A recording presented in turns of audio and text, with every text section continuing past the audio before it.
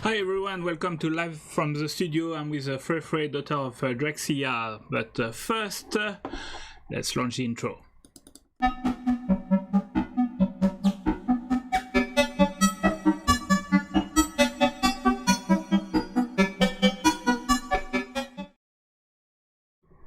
Hi everyone, welcome. I'm with Frae-Frae, daughter of Drexciya. I see a lot of people are joining us. Peronosphora, Faster, Kimnuchi, DB Polon, Wabi Sabi, Malaki, Synthor Music. Welcome everyone. It's very nice to have you on Saturday morning. Okay, let's see. First, you know my site, pitchymango.org. So that's where you can go and learn more information. I want to thank all my supporters. I've got a new supporter, Potentato, so thank you very much. If you want to join all my supporters, it's like $20 a year. It's on Bandcamp. Bandcamp, you become a subscriber and you've got access to all my music. Talking about access to all my music, this album is about to be released to the stars. The release on Bandcamp will be on Thursday 29th April. It's already available to my subscriber, but the official public release will be on the 29th of April. And the release to everywhere will be on the 27th of May. So as I say, it's already on my Bandcamp. So let me give you at least this link. That's the hyperfollow from DistroKid, so you can find the link to Bandcamp and to Spotify and other stores as they become available. Alright, so here is the album. I wanted to say I've started to do a little playlist and YouTube video of technique and especially quadraphonic. The piece that you were having in the beginning was in binaural sound, so you could listen to it on headset and get the feel of space. I see Illustrious Orchestration is here, and Special Lusk, Beaver Creek in the house. Welcome, and thanks for the contribution of releasing this album. I needed to get it out of the house. Alright, what do we have on the news? Also, we've got Resonant Frequencies. That was last Sunday. And it was an awesome show, so if you want to see it again, it's on YouTube and everywhere, and I think they will do also the individual stuff. It was 1 year that they have done the show remotely since the pandemic. They are doing it quarterly. Maybe we'll have another one next quarter, or maybe we'll meet again in Auckland. We'll see. Bay Improviser, or rather Resident Electronic Monthly, and not Resonant Frequencies or Resident Frequencies, so it's Resident Electronic Music. It's this Tuesday at 8 p.m. I've got Intan Fun, Feds, Justin, Manifold Theory, Mr. Unruly, Next Expanse, and Gata Tech. So you don't want to miss that one. It's this Tuesday at 8 p.m. I co-organize that with Jason Warden and Feds. Very easy to participate. It's an open mic. Just read the Bay Improviser to get all the information. Coming up on the 8th of May, let me give you the better link. Where did I put it? Here is it.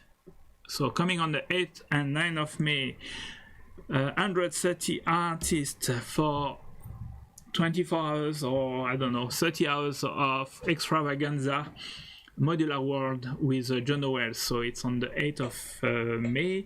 There's several streams, part 1, part 2, part 3. Here is a full list of all the performers. I give you a little bit of time to see it. Many people on the chat and are performing at this event.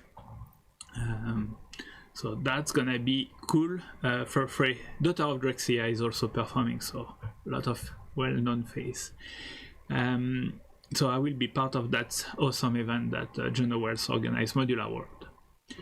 The other one that I wanted to talk about is Balance Breakfast Music Summit, which is I think next weekend, and I'm participating into a panel to talk about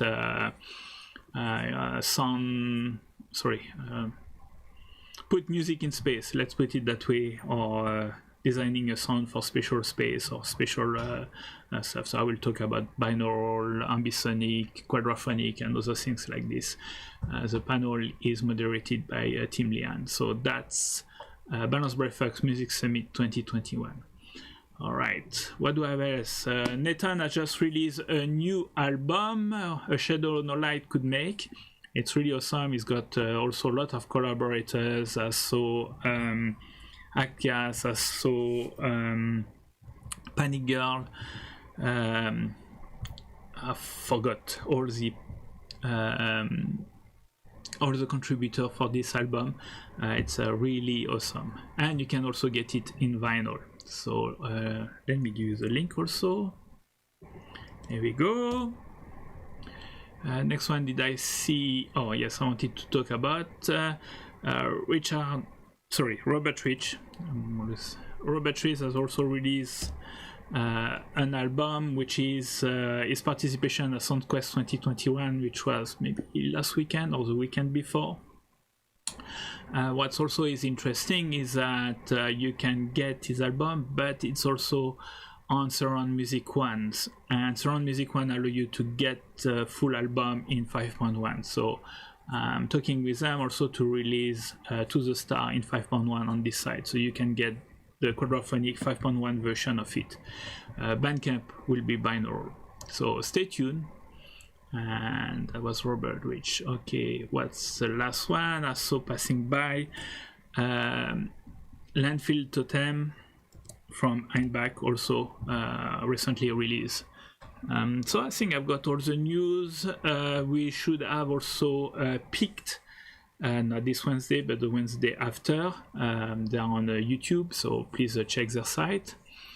I'll give you the site for Pick Live. You need to subscribe to their channel to know when the event. They tend to schedule it just 1 or 2 days before the event, so next Wednesday. And we've got Sonic Sunday on the third Sunday of the month. That's organized by FETS. It's on the Sonic Alliance on Twitch. All right, I think I've got all the news. So let me change everything here. Ta-da! Welcome. I need to put. I'm with Frae-Frae, daughter of Drexciya. Here we go. Hi, how are you doing? Oh, hey, Franck, how's it going? Oh, it's going like a Saturday morning. I see a lot of people have joined us. Since I said that, I saw a few more people like Carnalex, Special Lux. Who did I see also join? Coil. So welcome everyone. So nice. Thank you very much for having me. Oh, it's my pleasure. So, who are you? Well, that's a loaded question, but I'll try to give you the short answer. My name is Frae-Frae. I perform under the name Frae-Frae, daughter of Drexciya. The background of my name is that when I was in high school, and between high school and college, I spent a lot of time in Detroit in clubs. And that scene, that early techno sound, Drexciya, and other DJs and electronic musicians really influenced me. And so, but I would say overall, I'm a listener and I'm a composer. Yeah, no, I had to check a little bit what's Drexciya is, so I've listened a little bit of their music. And so, what's the relationship with Drexciya? You were in the club when they were performing? Yeah, I mean, I was definitely a part of the scene, and not as a performer, but as a person that would go and hang and dance, and so I soaked it in. But what I really love about Drexciya, you know, being African American, the mythos, I mean, the reality of like the Middle Passage, where they threw enslaved Africans overboard on the way to the New World if they weren't healthy or if they were having children because they couldn't care for them on the slave ships. Um, that's just like a real hellacious kind of historical reality. And what I really appreciate is that Drexciya created a mythos or an sort of like a forward thinking idea of what happened next. And so what happened next is that those women went into the sea and birthed the race of Drexciyans, and then Drexciya went on to create those worlds for 8 more records. And so it's this Afrofuturistic in the sea kind of taking something as horrible as the Middle Passage and bringing this beautiful idea that's forward thinking. And I even appreciated that, some of their records, it would be like 1990 something, and their record release date would be like 1694, and not only that, but Drexciya also, they had a youth center and they taught music and worked with the young people in the community. And I truly value being of service to music and music education. So, because of that inspiration and having the opportunity to use Afrofuturism as a way to ignite creative inspiration for Black and Brown youth through electronic music and finding freedom of sound, that's why the name is meaningful to me. Yeah, that's I don't know. It's an interesting, backstory to their music, and also, I don't know, in all the time, having, I guess, a message through the music. Yeah. And redoing reality. And I guess that's why, I don't know, you're wearing blue and having a sea painting behind you also? Well, I truly am a woman of the ocean. I'm looking at the ocean across the street from my house. I have a sea painting. A lot of things in my house are blue or sea themed. I have a Hokusai wave on my wall. So it's definitely a part of me. So it resonates on many different frequencies. Yeah, it's quite interesting. Sorry, I'm just checking a little bit my technology here. No, that's fine. So you talk, you heard their music. So how did you get into music? Oh, I was always into music. My grandmother played organ at Mount Pisgah AME Church in Lake City, Florida, and she would sometimes conduct and direct the choir. So I always had this connection, and my grandmother was one of my favorite people on the planet at the time. So it was a real strong connection, and she would be filled with joy if I sat down on the organ or the piano and played a hymn or a song. So, I think that was my early connection with music. But in reality, aren't we all vocalists and drummers? I mean, with those being the first 2 instruments. So I think that society separates music into components, like you're a musician, you're not. Our culture does that. But I started playing instruments probably around 4: keys, flute, piano, drums, and I play banjo and a bunch of other instruments, and as a composer, I write for all instruments, orchestral composition. Yeah, no, that's quite cool. And so from there, what was the evolution to, I don't know, modular synth? Yeah, the modular synth evolution was pretty late. My brother, who is 10 years younger than I am, I think I told you, he started doing modular when he was probably 14, 15.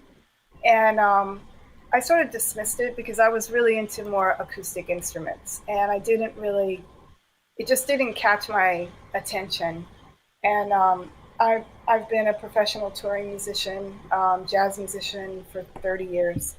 So, but what really got me moving towards modular was that I've always been chasing sound and also looking for new ways to express freedom and ideas connected to freedom. And so I went from only playing acoustic instruments and composition to learning how to use GarageBand, to then stepping it up to Ableton, to then like starting recording and working with a push and plugins and drum machines. And then after drum machines came kind of like synth boxes. And then slowly I made my way into modular. Started off with a small skiff and had a few modules. I ended up buying the techno system by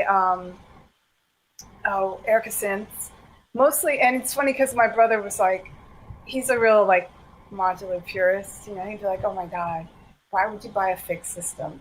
And I was like, "Because I just want to get to the music. I just want to find the music that's in this." And then eventually, I got to a place where I just wanted more modulation, and I had a better understanding of different modules and how they would fit with other modules as I was looking for different sounds. Like I would hear something and I'd be like, "Oh, how'd they get that sound?" I'd find out like what modules or what filters, and then start that whole path of gas. Yes, that's what we get in sound design. Yeah, I had a few people saw that, sometimes the modular gets in the way of getting the music because you have to design your sound, and then when sometimes I need to write this piece of music, and on the modular it's a lot of effort to reach this stuff. When you have a set composition you have to do. When you're exploring and then finally find a place where you say, "Okay, that's very nice where I am. I'm going to record it." It's a different process. But I don't know. Yeah, I was talking with Renee, who does music for movies, and he has to do a certain stuff and mood, and he needs to reach there very fast. So it's true. I do media composition too as well. There's a show called Up Early Tonight on Hulu. I did the theme song and the music for it, and I'm working on a film score now. And another film that I did was supposed to come out in 2020, but the pandemic kind of stopped things. But it's a film that focuses on Ruth Bader Ginsburg. And so I wrote some music for that film. And it's interesting because when I have a really set idea, I don't tend to take that to my modular for a couple of reasons. Like, I decided that I didn't need my modular to do what I could do with MIDI and in Ableton. I really like the explorative side of modular. So I tend to explore with modular and then come up with something and then realize that it's like a really great mood or idea, and then record it and then save it and then bring that into my kind of through composed compositions for like film and stuff, where I'm looking for a song that has this feeling and this tempo and this color. And so that's how I tend to work when I do that. Yes, this is an interesting process. I just want to say, everyone on the chat, if you want to ask a question to Frae-Frae, please do it on the chat, and I will relay them. And then don't forget also to follow her. I give the Bandcamp and then the Instagram. Yeah, so it's an interesting process. Also, you. I think you're teaching or you're encouraging people to get into music. Yeah, well, I've always worked with young people. I get a lot of joy out of it. And just in the last year, I became the executive director of the Willie Mae Rock Camp for Girls in New York City. And it's a rock camp, but I brought in a new curriculum that uses electronic music to encourage critical thinking and experimentation and the building of agency and self-expression. And it combines synths, steam, and social justice. And it's called Willie Mae Future Sounds. And Willie Mae is Big Mama Thornton, the blues singer who sang Hound Dog before Elvis. And we stand on her shoulders as, because the blues is the roots of the music, the roots and everything else is the fruits. And so it's been it's really cool. Like, we're setting up a quadraphonic system in our listening lab. And I can't wait till we can be in person and have young people learning spatial composition, working with different plugins and DAWs while circuit bending, and also learning synthesis and working with modular and, of course, acoustic instruments. Yeah, that's interesting. We were talking also, quadraphonic, and I know you were waiting for some modules, but I don't know, they just arrived, was it this week?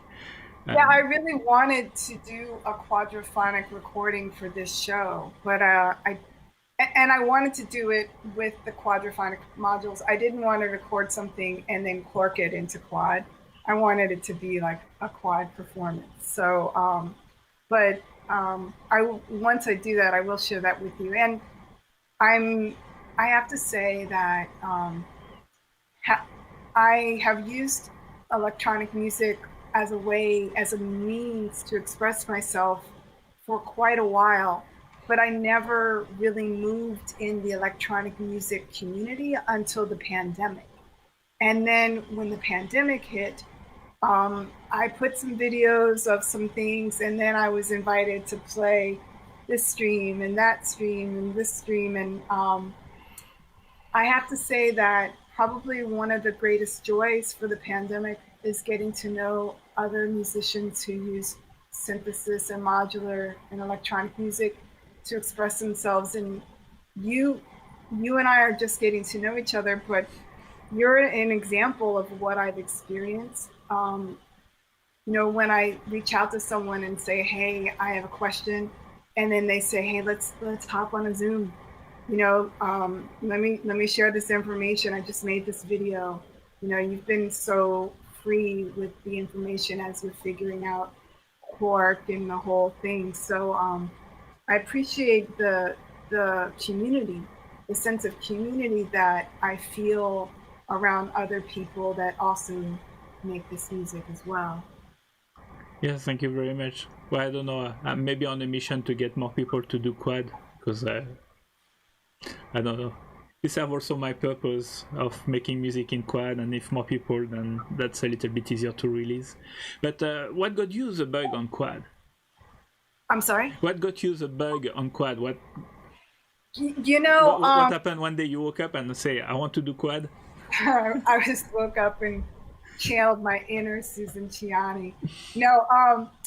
Honestly, I was interested in, I was submitting an ambisonic piece for a festival that's held at the University of Virginia called The Cube.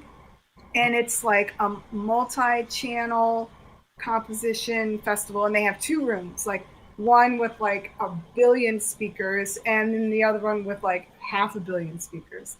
And so I was creating this piece when the pandemic hit. So I always dug the idea of multi-channel composition.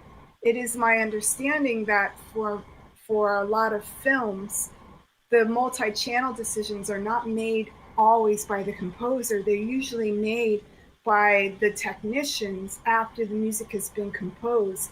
I think there's only a few film composers, like maybe I heard that Hans Zimmer actually like thinks in 7.1 or something like that. Like he really is like, I want this sound here and there. So I realized that spatial composition is, number one, a bit of a highbrow thing, and I love to take those things that are sort of highbrow and make them more accessible to, especially to young people. So then my dream was to get a Meyer Galaxy system into our learning lab. But then I just kind of took a step back and realized that I was going from 0 to 100 in like no time flat, and that it would be way more complicated for entry-level young people to learn multi-channel, and that quad was actually a simpler way to get into it. And it's also a whole lot cheaper to buy 4 speakers as opposed to a Meyer Galaxy system for our listening lab. But so yeah, that's and then I started like looking at the reality of quad, and then I realized, oh, this is perfect, and this is the right time. Yes, indeed. I've also found out, so I have heard about the Cube because I think they came to talk about it at Mockfest a couple of times. And yeah, here in San Francisco also we've got, I forgot the name, but there is a space also where they have got like 30 speakers. It's nice, and you've got the Karma also, who has got a full, I guess, ambisonic room. It's nice, but at the same time, I like in quad the fact that you can ping one speaker. You do really source base. When you've got multi-speaker, then the sound is a little bit fuzzy all over the place, but more fuzzy. And sometimes I like that you get a very sharp song and it's coming from that speaker. It's very localized. So I like that also at the same time, because I've listened to Susan Chaney when she does concert, and I've listened to her into a room with multiple speakers, and sometimes you don't have this sense of very directional sound, because it's a little bit more spread around the speaker on the virtual environment. But it's quite interesting. So I guess the short answer is why quad? Because less is more then, right? So yeah, I don't know, it's also an old format, but yeah. I would be very curious to what you do with with your student or with a kid at your place, and what they discovered. That would be really awesome. Yeah, I'm really looking forward to it. I connect social justice concepts to the curriculum that we've written for teaching electronic music, and I think that spatial, you create space when you do spatial composition, and we teach our young people to create space, and we hold space for them, and we teach them to have safe spaces, and we create a safe space for them. So I mean, Sun Ra wasn't kidding when he said space is the place, and so it's just another way of approaching space, which is absolutely what our curriculum focuses on. So quadraphonic composition, spatial composition is a no-brainer fit for that concept. Yeah, no, that's really cool. Yeah, that's very nice that you do this stuff and get people to experience the sound, make music in space. But I've seen it done on the hashtag. Special Lux reminding me, it's Envelope SF, the room that has got like 30 speakers. It's a very nice place in San Francisco. And yes, sometimes also I think, how did you compose this piece for the cube? Because did you have to do a binaural rendering on your headset to get the sense of space? Actually, it was a piece that I had done in Ableton, and then I started to work with it using Reaper, and was doing a binaural rendering in Reaper. And I actually didn't finish the piece because the pandemic. So, but that was my intention. Yeah, no, I don't know. Finish this piece. Okay. We'll find a place where to play it, I'm sure. Well, I mean, I was just like, yo, I want to do the cube. So I just started like working on the piece, you know. Yeah. Envelope SF, they welcome, musician to bring, ambisonic piece also. And I don't know if there's some other place in... They used to have a place in... There was Envelope SF, but I think they shut it down. They had more place, around the US.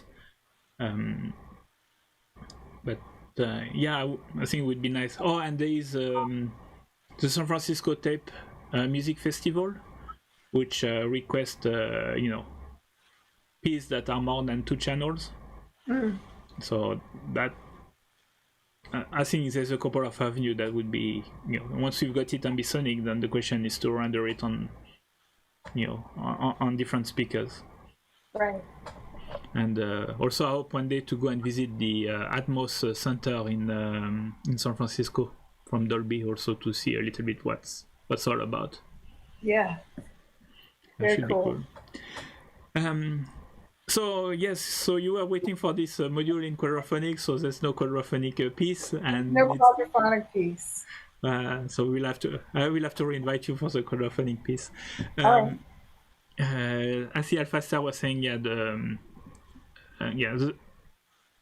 he's agreeing with you with the scene, the modular synthesizer scene, and the people that gravitate around. Not all are modular synth. There's a very good social aspect. I don't know. I like this place.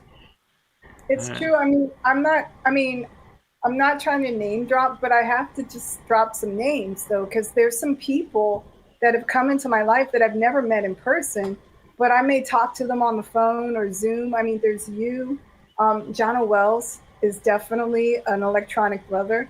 I talk to him a lot, Travarsi, and both of them, like I met them doing streams, but then we just like vibed. I feel like even though I live in New York, like I'm repping for SoCal Synth. I mean, because I love the energy there, and if I want to nerd out and we talk about synthesis, we talk about modules, we talk about music, and we talk about life, and I appreciate that. But it's funny because Jono was like, how tall are you? It's just like these pandemic friendships, you don't really know the person in direct contact, so it made me laugh. Yes, one day we'll travel and then meet real time. It's nice that we can do all this, video meeting. I've got also a Salof child say, the William May Rock camp has been half on pause during the pandemic and hoping to restart soon by having people. So that should be awesome. And Alpha Star said that Chris Willits, you can find some of his music created Envelope. Nice. So I was saying, so no quad piece. So what did you prepare for us? Well, all right. So I have to say that I'm really grateful because Make Noise Music is partially underwriting our summer programming. And are you there? Okay, yeah, I thought I froze. No. They're partially sponsoring our summer programming, and because of that, I realized that I would be using the No Coast as one of the teaching synths, and my No Coast had been in my little synth area because I don't keep all my synths out. I'm a little weird. No, it's not weird because I'm a touring musician. I never want to get married to a synth setup that's bigger than 6U 94 HP because I always want to be able to carry it on. when I travel. And so I put modules away, and I always just rotate modules that I want for a certain thing into my case. I don't have like one big case. So I pulled out my no coast, and I started working with that. And so I actually really love the Buchla-esque connection of the make noise and the no control, and then Strega. So and the way that it's an easel, kind of like a make noise easel, and also to the immediacy of getting to the music that way. So I put the three together: no control, no coast, and the Strega. And because of the Drexciya connection, one of the drum machines that Drexciya used a lot was the 808. So I threw in some 808 and just messed around, did a little bit of a jam with those three. All right, that's awesome. So I guess I'll launch it, and then we'll talk about it just after. Sounds good. Thank you. All right, here we go.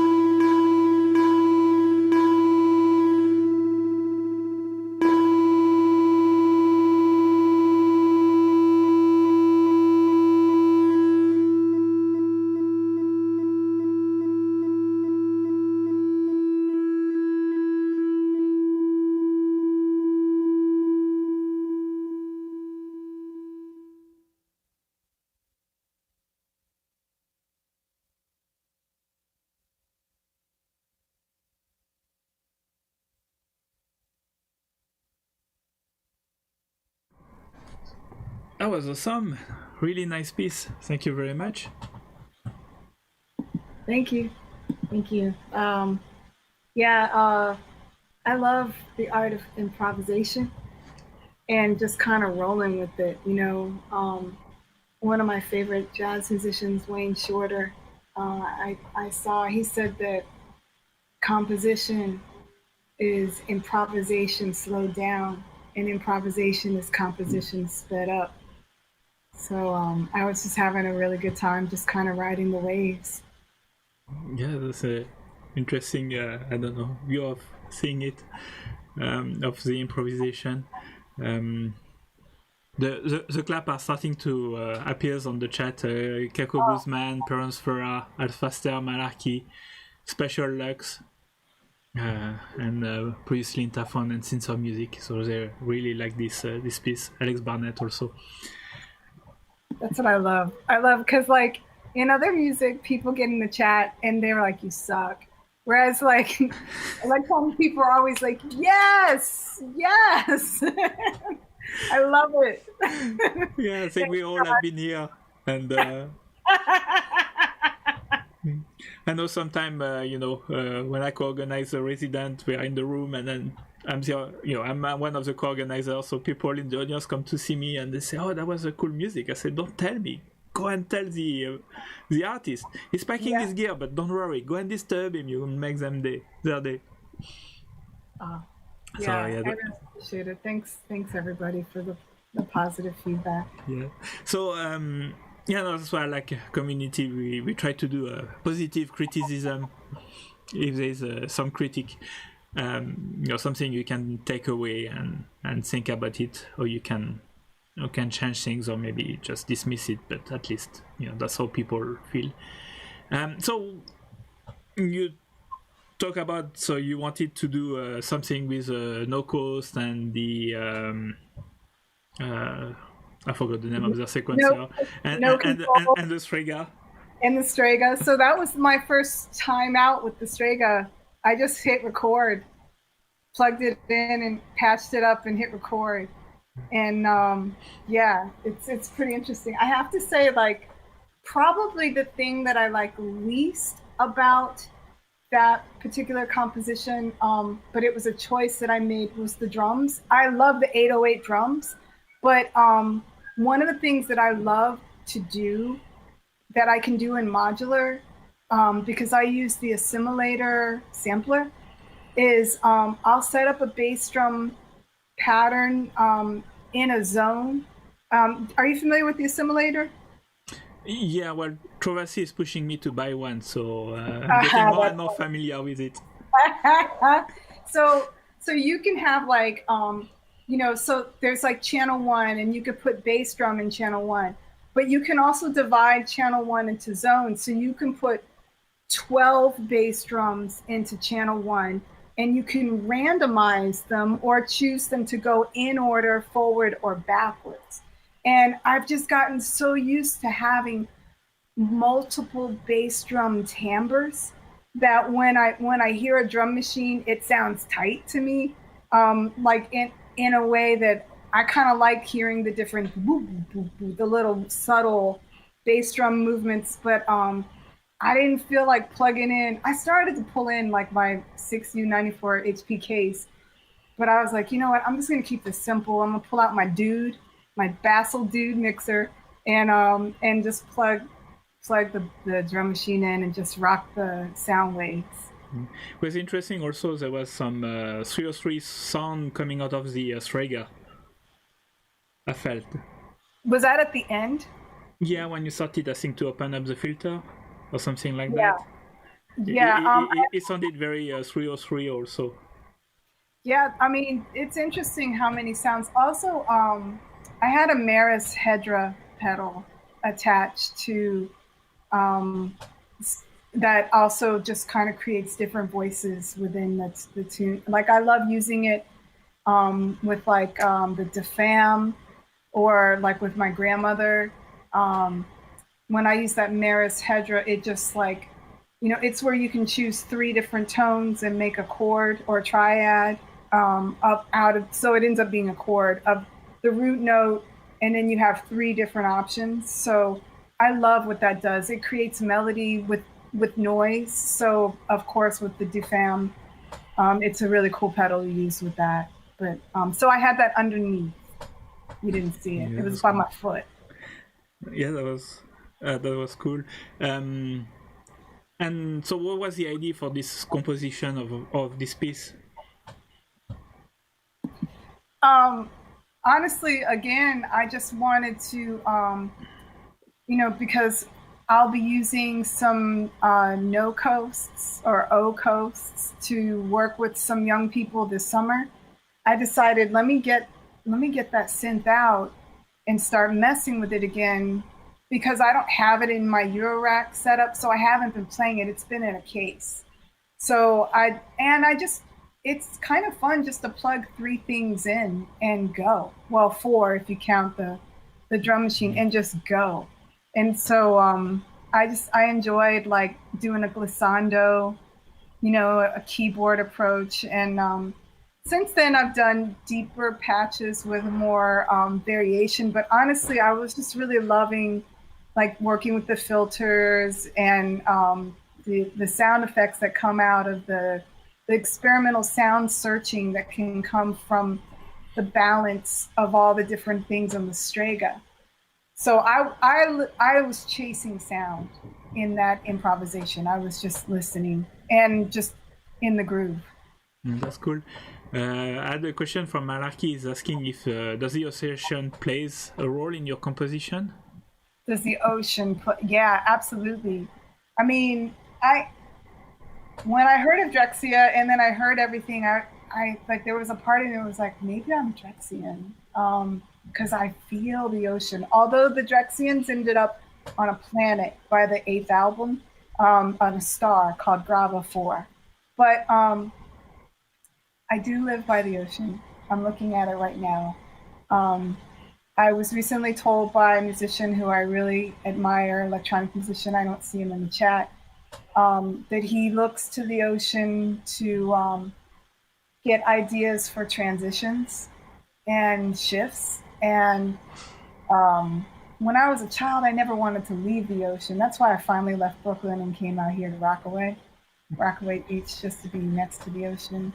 And it is a source of inspiration. I walk my dog by the ocean. I meditate by the ocean. I get ideas by the ocean. Because for me, creativity isn't just generating ideas, but it's recognizing them, which means that I have to listen. So it's my groove, for sure. Yeah, sometimes it's interesting. I lived, I don't know, in Marseille and also in Fiji and now in San Francisco. The city that have got a harbor or that are close to the ocean, they bring so many different cultures. It does, right? It's interesting, you've got a lot of people that it's a point of passage, and you got such a mixing of culture. It's true. And then here, the ferry where people come here, because I live on a little peninsula, is a block away from me. So now the season is shifting. So we're going to be like overrun by all the visitors, which is a different vibe as opposed to the winter vibe when I would be the only person on the beach sometimes, Yeah, and it's nice to be able to go to a place and see the horizon when you're in a big city. Yeah, I'm really grateful. Yeah, that's nice. Peronosphora had I don't know if it was a question. She was asking, what was the worst critique you got about your music? What, the worst critique that I got about my music? Yes. Or are you doing like a Hindback who's doing a destruction loop? I mean, I don't know.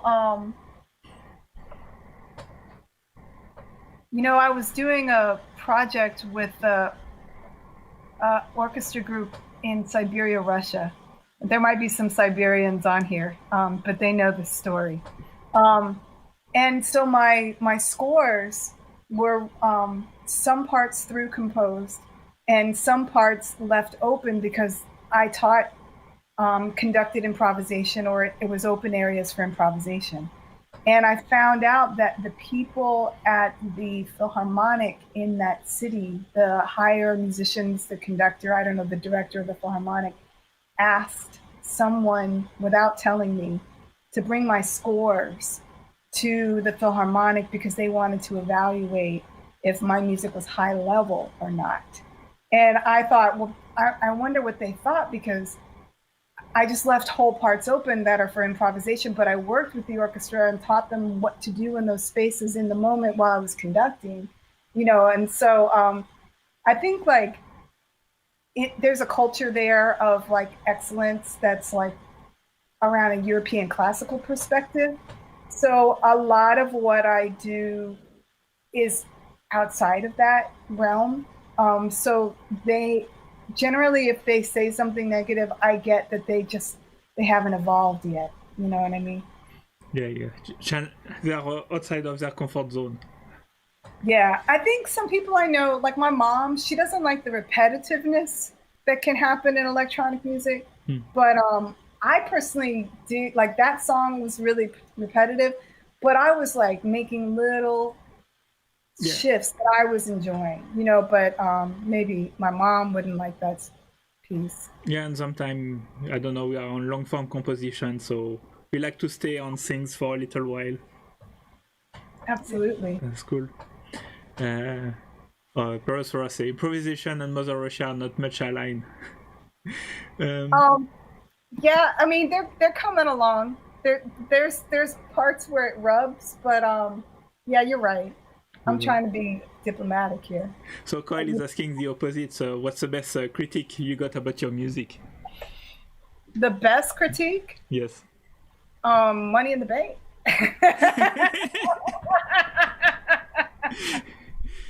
That's like I say, you know, like and follows are very nice, but you know, when you part with money, that's the best way for me to know it's working. Yeah, sure. Bring me back and like let's get it popping for sure. Yes. So we are talking about composition. Maybe it's the right time to talk about groove diplomacy. So Groove Diplomacy was my organization. It's a NGO, and it's based upon a groove makes you move, and movement creates community, unity and change. And I've created empowerment through music programs in 38 countries. And either festivals or student orchestras or college workshops or creating I co-created a jazz festival in Guatemala City that is still going, but for the pandemic. And I love taking ideas from my culture, the African-American music tradition, blues, jazz, improvisation, and aligning that with cultural folk traditions from other countries. And then we do like a sonic diplomacy, and then we collaborate and create performances. So I'm wondering, I don't know, when you do jazz or composition, so I don't know, when you do a piece of jazz, do you bring some modular synth with you? Do you do microtonal? Do you do things a little bit even weirder than jazz is? Yes, and now that more jazz people know that I do this, they're asking me to bring it. So they're hiring me as a drummer, you know, maybe as an arranger, and definitely doing electronics as well. The biggest challenge that I have had with it is sometimes in these festivals where they have back-to-back acts, even when you sound check, that's not a guarantee that the sound is going to be together for the actual performance. And sometimes there's shifts. And so I often find that the electronics, I haven't been able to get the electronics to sound as strong in their outdoor system as it does in my headphones. So there's a lot, like I'm more into trying that if it's a concert where it's just me and one group. But when you're running on and off a stage for these festivals like summer tour festivals, there's just so many variables. I've very seldomly been in a situation where the sound people get it right, because they have so much on their plate, you know, and mixing live instruments with electronics does require some people to really pay attention for the mix.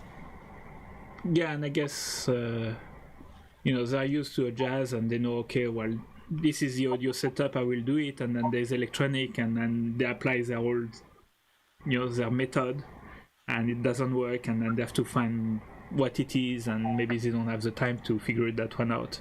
Yeah. It's a challenge, but I love it. Yeah, I love electroacoustic adaptations. Yeah, that's cool. And do you do some, I don't know, microtonal and things like that also, or you're much on the scale?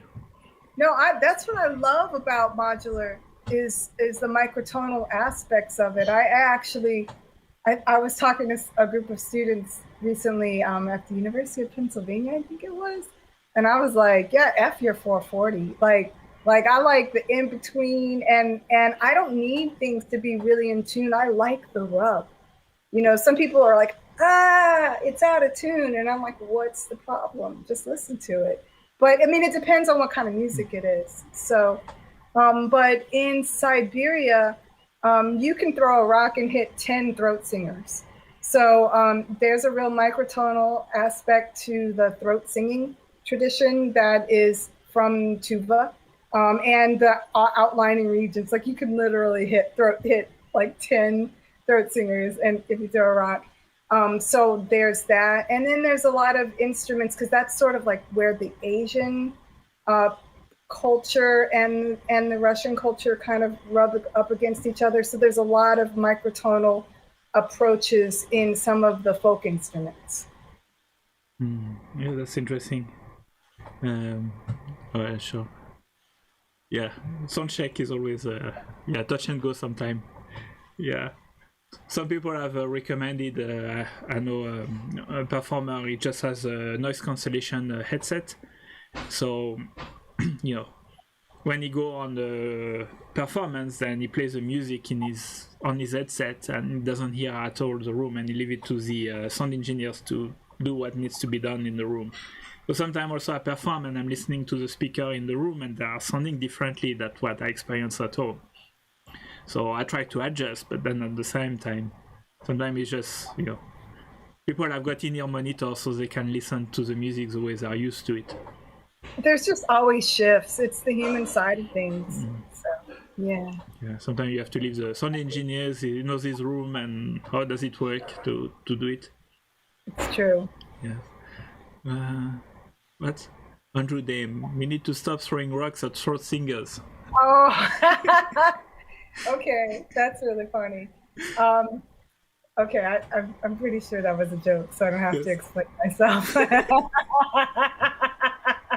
I love it. That's really great. Yes, that was a joke.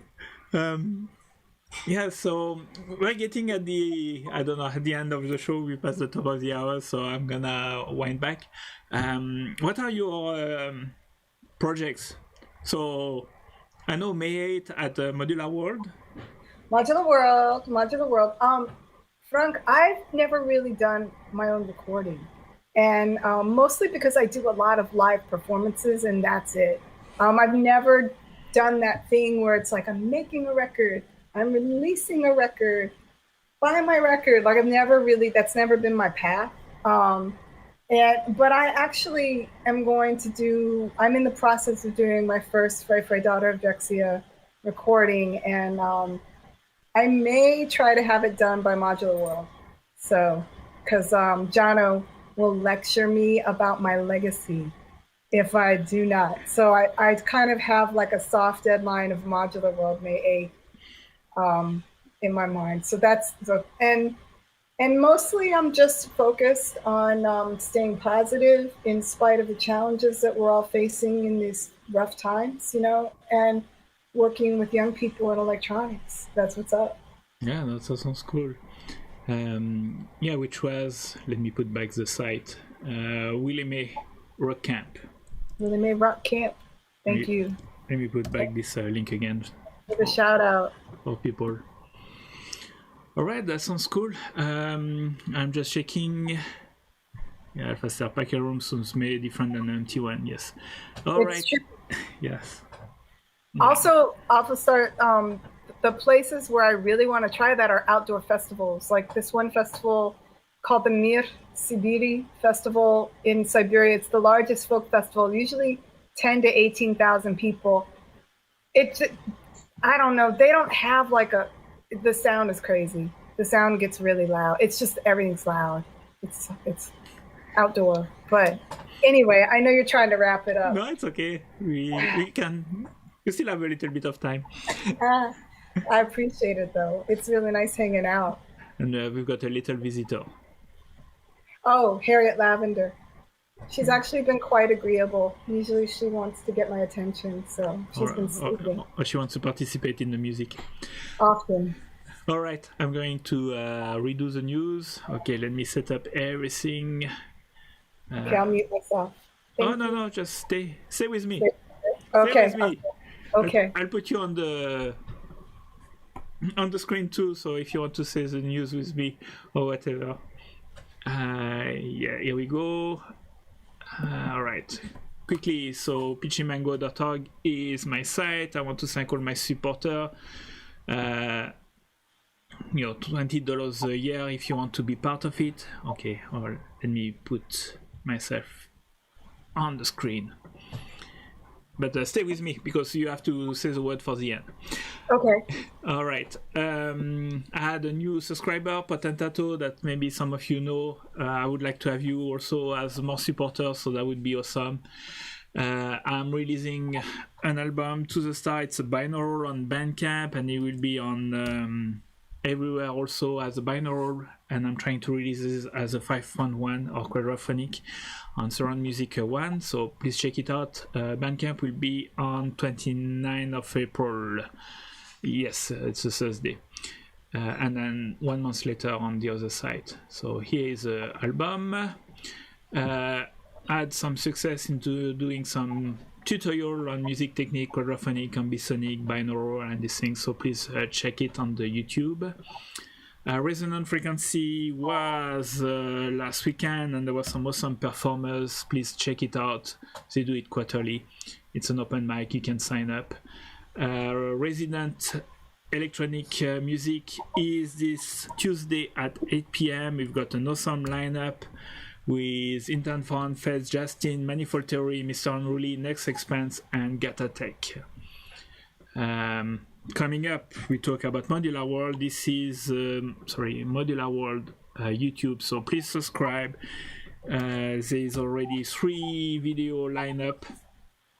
So go on them, click reminders on, so it's on the 8th of May. 130 artists, 24 countries, Frae-Frae is on it. I see Alex Barnett, Malarkey, Alphaster. I saw a few people that are here on the chat. Coil also, I saw him. So a few people that are here are performing on Modular World, so please check it out. I will be on the panel at Balance Breakfast Music Summit. I think it's next weekend to talk about music in space. So that will be awesome. Oops. Sorry. Nathan Modi has released a new album with a lot of collaboration with everybody, so that's really cool. Listen to it, and also you can get it on vinyl. I saw also Robert Rich has released also an album, which is what he composed for the SoundQuest 2021 that was like 2 weekends away. It's also in a special form on the Surround Music 1. I'll put the link, and I'm hoping to release To the Star also here as a 5.1 and quadraphonic, so you can get the full experience. And finally, end back, do something different, recycle some old electric equipment, and make some interesting music. And today I was with Frae-Frae, daughter of Drexciya. Everybody said that was an awesome show, so thank you very much. So, Frae-Frae, wait, I'm always confused. What do I have got next? So the next show is with Lachlan Fletcher on Saturday 24th of April. just after that, I will have the Galaxy Electric that will be on the 15th of May. So there's a little bit a gap because I wanted to avoid the 8th of May because it's a modular world.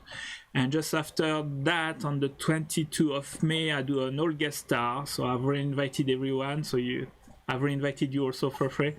That will be just at the beginning of the SoCal Modular Synth Summit. I'm trying to get it the name right.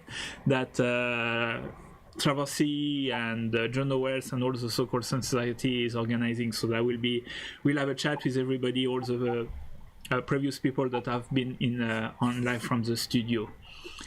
All right, word for the end, and I will launch the outro. Thank you so much, Franck. Thank you, everyone, for joining us. And don't forget to like, subscribe, follow, and as Frae-Frae say, put some money in our banks.